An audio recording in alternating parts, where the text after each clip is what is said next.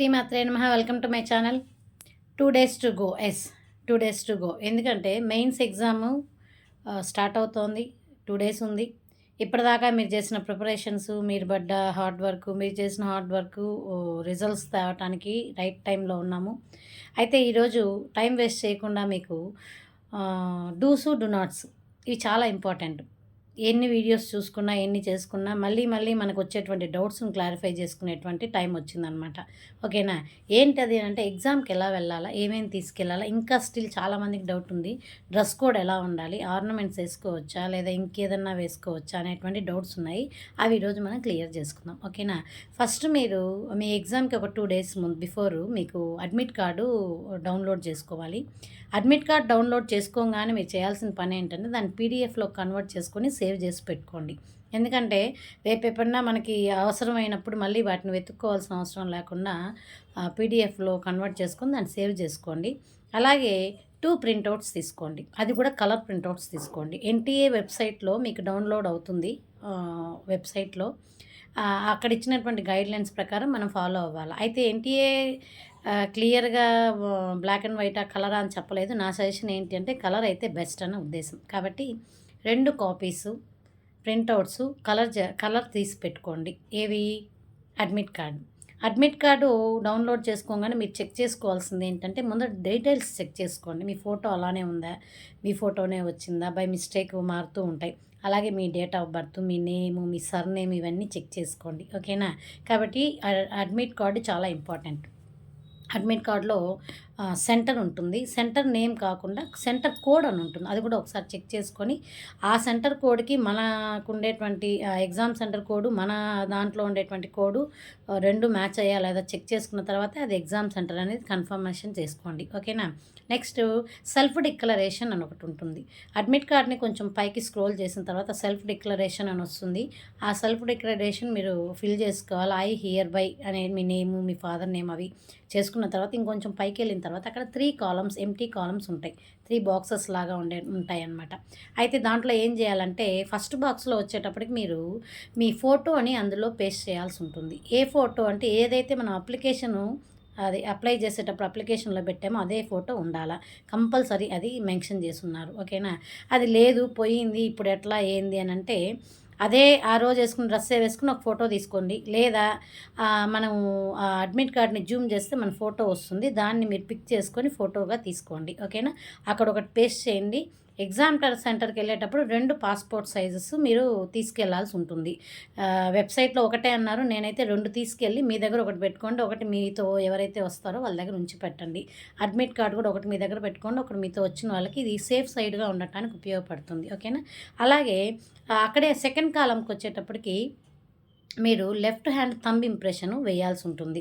దేంతో వేయాలి? మళ్ళీ కొద్దిగా డౌట్. బాల్ పెన్తో అనుకోవచ్చా? ఇంక్ పెన్తో అనుకోవచ్చు. ఇవి డౌట్స్ అన్నీ లేకుండా స్టేషనరీ షాప్‌లో ప్యాడ్ అమ్ముతారు. స్టాంప్ ప్యాడ్ అని. దాన్ని తీసుకొని దాంట్లో ఉండేటువంటి దాంతో మీరు లెఫ్ట్ ఇంప్రెషన్ వేసుకోండి. ఈ 2 కాలమ్స్ కూడా ఇంటి దగ్గరే ఫిల్ చేసుకోవాలి. ఫోటో పేస్ట్ చేసుకోవడము, థంబ్ ఇంప్రెషను ఎట్ హోమ్ అనమాట. ఇంటి దగ్గర చేసుకోండి. ఓకేనా? థర్డ్ కాలమ్ ఉంటుంది. అక్కడ సైన్ చేయాలి. అది exam centre. At the exam centre అనేటువంటిది గుర్తుపెట్టుకోండి.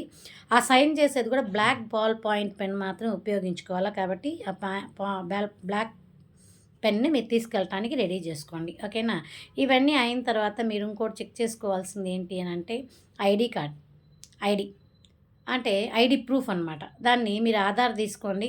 ఆధార్‌ని ఒరిజినల్ ఏదైనా ఆధార్ కానీ, పాన్ కానీ, రేషన్ కార్డ్ కానీ, ఓటర్ ఐడి ఏదైనా మీ ఫోటో అక్కడ అప్డేటెడ్ ఫోటో ఉండాలి. దాన్ని ఒరిజినల్ తీసుకెళ్ళండి. ఓకేనా? అలానే జెరాక్స్‌లు ఒకటో, రెండో మీరు తీసుకెళ్ళండి. ఓకేనా?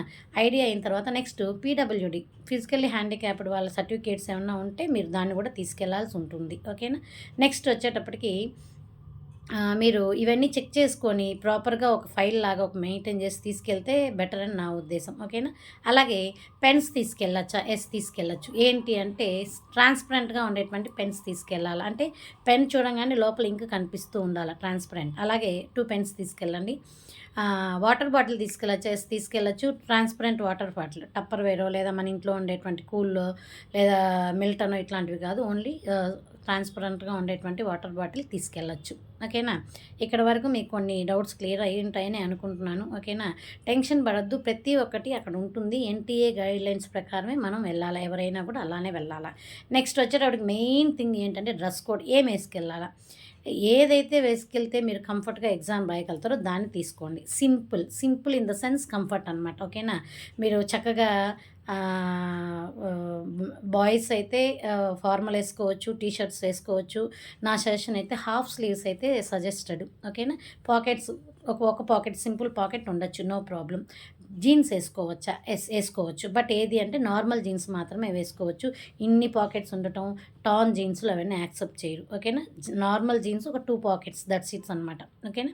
నెక్స్ట్ గర్ల్స్కి వచ్చేటప్పుడు లెహంగా వెళ్ళొచ్చా, చున్నీ వేసుకోవచ్చా, నేను నన్ను అడిగిన క్వశ్చన్స్ అనమాట పిల్లలు. లేకపోతే మేము కుర్తీ వేసుకెళ్ళచ్చా, ఇవన్నీ అడిగారు. లెహంగాలు, పట్టు చీరలు కట్టుకోవడానికి మనం ఏం ఫంక్షన్కి వెళ్ళటం లేదు, పెళ్ళికి వెళ్ళటం లేదు. కాబట్టి మీరు కంఫర్ట్గా ఉండేటువంటి నార్మల్ చుడిదార్ వేసుకోండి. చున్నీ వేసుకోవచ్చు. చున్నీ వేసుకున్నా లేదా ఫుల్ హ్యాండ్ షర్ట్స్ వేసుకున్నా, ఏది తీసుకున్నా చేతి మీద కానీ చున్నీస్ మీద కానీ ఈ మధ్య మూవీలో చాలా చూపించారు. అట్లాంటివి ఏమీ అది ట్రై చేయొద్దు. అనవసరంగా మీరు ఇయర్ అంతా కూడా లాస్ అవుతారనమాట. కాబట్టి చున్నీ వేసుకెళ్ళచ్చు. అక్కడ అటువంటి రిస్ట్రిక్షన్స్ ఏమీ ఉండవు. ఓకేనా? సింపుల్గా ఉండే వేసుకోవచ్చు. ఆర్నమెంట్స్ వేసుకోవచ్చా? ఆర్నమెంట్స్ వేసుకోకూడదు. చైన్స్, లాకెట్స్, లేకపోతే రింగ్స్ ఇట్లాంటివి ఏమీ వేసుకోవద్దు. ఓకేనా? ఇయర్ రింగ్స్, చిన్న స్టడ్స్ లాంటివి పెట్టుకోగలిగితే పెట్టుకోండి. ఓకేనా? అది క్లియర్గా ఇన్స్ట్రక్షన్స్ ఇచ్చున్నారు. అలానే మెహందీ, నెయిల్ పాలిష్లు ఇవి కూడా ఎన్టీఏ క్లియర్గా గైడ్లైన్స్ ఇచ్చింది. ఇవన్నీ రిస్ట్రిక్టెడ్ అనమాట, యాక్సెప్ట్ చేయరు. అయ్యో అదేంటి మనం అలా అన్నారు, మొన్ననే ఫెస్టివల్కి పెట్టుకున్నా, పర్వాలేదు, ఉంటే ప్రాబ్లం లేదు. ఓకేనా? తర్వాత చలిగా ఉంది, స్వెటర్స్ వేసుకోవచ్చా? వేసుకోవచ్చు. అది డిపెండ్ ఆన్ ద సెంటరు. మీరు వేసుకొని వెళ్ళండి, తీసేయమంటే తీయటానికి రెడీగా ఉండేటట్టు కంఫర్ట్గా వెళ్ళండి. కొన్ని సెంటర్లు యాక్సెప్ట్ చేస్తారు, కొన్ని సెంటర్లు యాక్సెప్ట్ చేయరు. That is depend on the centre అనమాట. ఓకేనా? అలానే నెక్స్ట్ వచ్చేటప్పటికి రఫ్ వర్క్ చేసుకోవడానికి పెన్స్ తీసుకెళ్తున్నాం కదా, మరి పేపర్స్ తీసుకెళ్ళచ్చా? తీసుకెళ్ళకూడదు, క్లియర్గా చెప్పుంది. ఎందుకంటే ఎన్టీఏకి స్టూడెంట్స్ గురించి బాగా తెలిసినట్లుంది. అందుకని ఏం చేస్తున్నారు అంటే 6 పేజెస్ ఉండేటువంటి ఒక బుక్లెట్ వాళ్ళే ఇస్తారు. రఫ్ వర్క్ అందులోనే చేసుకోవాలి. అందులో చేసుకున్న తర్వాత ఈ వచ్చేటప్పుడు వాళ్ళకి హ్యాండ్ ఓవర్ చేసి రావాల్సి ఉంటుంది. కాబట్టి మీరు ఏ రఫ్ వర్క్కి లేకి పేపర్స్ ఏం తీసుకెళ్లాల్సిన అవసరం లేదు. ఓకేనా? అలాగే ఎలక్ట్రానిక్ గ్యాడ్జెట్స్, ఓకేనా, వాచెస్, మొబైల్స్ కానీ, వాచెస్ కానీ, క్యాలిక్యులేటర్స్ కానీ, లాగర్థమ్ బుక్స్ కానీ ఇవేవి నాట్ అలౌడ్. మరి మాకు టైం ఎలా తెలుస్తుంది? మనం రాసేది కంప్యూటర్ బేస్డ్ ఎగ్జామ్ కాబట్టి కంప్యూటర్ డిస్ప్లేలో మనకి టైం తెలుస్తూ ఉంటుంది. కాబట్టి ఇవి అవసరం లేదు. గర్ల్స్ అయితే పౌచెస్, అలానే హ్యాండ్ బ్యాగ్స్, ఇవన్నీ ఏవి కూడా అవసరం లేదు. మీతో వచ్చిన వాళ్ళకి అవి హ్యాండ్ ఓవర్ చేయండి. ఒకటి. నెక్స్ట్ ఇంకోటి మెయిన్ థింగ్ ఏంటి అని అంటే, మాకు మార్నింగ్ షిఫ్ట్ వచ్చింది, ఆఫ్టర్నూన్ షిఫ్ట్ వచ్చింది, లేదా ఫస్ట్ షిఫ్ట్ వచ్చింది, సెకండ్ షిఫ్ట్ వచ్చింది, మేము మార్నింగ్ వెళ్ళొచ్చా, పొద్దున్న వెళ్ళొచ్చా, లేదా రాత్రే వెళ్ళాలా? నా సజెషన్ అయితే ఏంటి అని అంటే, మీకు ఏ షిఫ్ట్ వచ్చినా ఎగ్జామ్ రోజు ట్రావెలింగ్ పనులు పెట్టుకోవచ్చు, జర్నీ పనులు పెట్టుకోవద్దు. ఎందుకంటే in the city like Hyderabad, Chennai ఇట్లాంటి సిటీస్లో ఇన్ ద సిటీ అయినా కూడా డిస్టెన్స్ చాలా ఉంటుంది, ట్రాఫిక్ ప్రాబ్లమ్స్ ఉంటాయి. మనమే డిస్టర్బెన్సెస్ క్రియేట్ చేసుకున్నట్టు అవుతుంది. నా సజెషన్ అయితే ముందరే వెళ్ళి, అక్కడ ఎవరు మాకు బంధువులు లేరు మేడం, ఉండటానికి లేరు మేడం అంటే హోటల్స్ ఉంటాయి కదా, అకామిడేట్ చేసుకోవడానికి ట్రై చేయండి. ఓకేనా? లేనిపోని రిస్కులు తీసుకోవద్దు. ఎందుకంటే winter season early morning fog ఎక్కువ ఉంటుంది, మనకి జర్నీ కూడా చాలా ప్రాబ్లం అవుతుంది. ఓకే? నెక్స్ట్ వేరే ఊర్లలో పడ్డ వాళ్ళైతే కంపల్సరీ ముందర రోజు అక్కడికి వెళ్ళండి. పిల్లల్ని కారులో వెనక కూర్చోబెట్టి చదివించుకుంటాము, పిల్లలకి ఏం పని ఉండదు, ఇట్లాంటివి ఏం అనుకోకుండా ముందర రోజు వెళ్ళండి. ఆ రోజంతా వాళ్ళు ఆఫ్టర్నూన్ షిఫ్ట్ అయినప్పటికీ కూడా మార్నింగ్ అంతా ప్రిపరేషన్ మీద వాళ్ళకి కాన్సన్ట్రేషన్ ఉండేటట్టు చూడండి. సెంటర్ ముందరగా వెళ్ళి చెక్ చేసుకోండి. సెంటర్ కోడ్, మన దగ్గర ఉండేటువంటి కోడ్ మ్యాచ్ అయిందా చెక్ చేసుకొని, ఇవన్నీ మీరు నీట్గా చెక్ చేసుకొని చక్కగా మీకు వచ్చిన దాన్ని నీట్గా అటెంప్ట్ చేసి వస్తారని ఆశిస్తున్నాను. All the best all the students. ఓకేనా? Thank you so much.